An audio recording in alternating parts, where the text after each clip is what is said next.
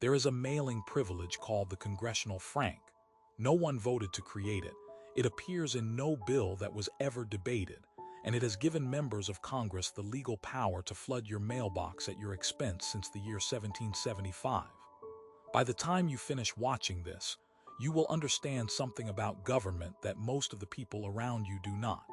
The frank is a signature. That is the entire mechanism. A member of Congress signs their name on a piece of mail, and instead of a postage stamp, that signature serves as legal postage. The Postal Service delivers it. You pay for it.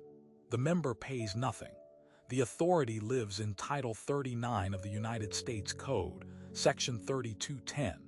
It is right there if you know to look, but knowing where to look is the thing no one tells you to do. The frank has operated longer than the country itself, recorded in the federal budget every year, visible to anyone with access to a law library, effectively invisible to everyone else. The Continental Congress established the frank in 1775, before the Constitution, before the Senate, before there was a presidency to speak of. A group of men who had not yet formed a country decided their correspondence should travel for free, and that decision has never been meaningfully revisited since. The first Congress codified it. Later Congresses expanded it. The frank survived the Civil War, 2 world wars, the rise of the modern administrative state, and every campaign finance reform movement of the last 50 years. It grew from a signature on individual letters into legal authority for mass mailings, bulk communications sent to every residential address in a congressional district simultaneously. All at no postage cost to the sender, all charged to the American taxpayer, all authorized under a framework that predates the document everyone thinks governs this country. Here is who controls it now. The House Commission on Congressional Mailing Standards, the Franking Commission, is the body that determines what qualifies as official communication and what crosses into political advertising. That commission is made up of members of Congress. They regulate themselves. They investigate complaints about their own colleagues. They write the rules that define the acceptable use of a benefit they personally receive. There is no independent civilian oversight board, no inspector general with direct jurisdiction.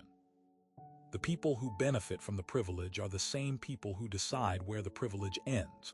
Here is what that looks like in practice. In the weeks before a recess, a single House member can send a mass mailing to every residential address in their district. 200,000 pieces of mail, 300,000.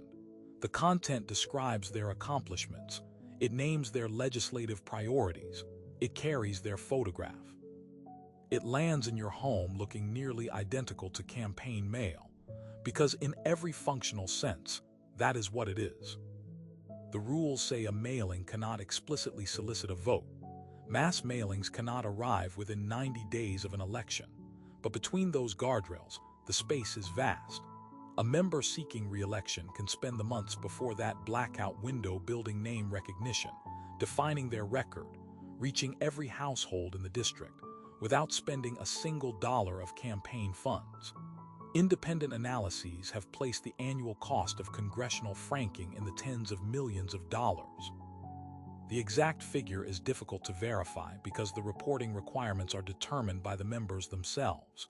Remember, no one voted for this. No constituent approved the mechanism. It simply exists the way gravity exists, as a condition of the environment rather than a decision anyone consciously made. And here is the part that should actually worry you: it is completely legal. This is not a loophole. It is not an abuse of the rules. Every piece of franked mail is authorized. Every dollar is appropriated.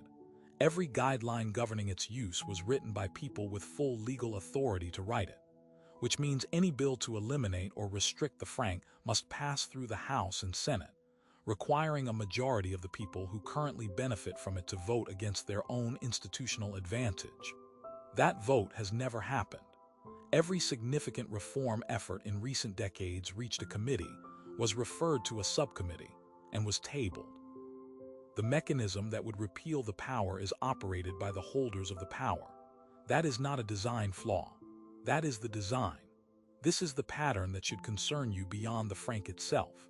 A privilege this old, this broad, this expensive, operates with full legal sanction and near total public ignorance, not because it is concealed in any criminal sense, but because understanding it requires knowing that Title 39 exists, knowing which section, knowing the Commission's name. Institutions do not have to hide things to keep them invisible. They only have to make the knowledge slightly inconvenient to acquire. The frank has survived 2.5 centuries on exactly that principle. The franking privilege is not the exception. It is a template. There are dozens of instruments like it: procedural authorities, self-regulatory structures, spending permissions embedded in federal law since before living memory, never subjected to public referendum, never required to announce themselves. The frank is simply the one that arrives in your mailbox. The question worth sitting with is this: how many of the others never reach you at all?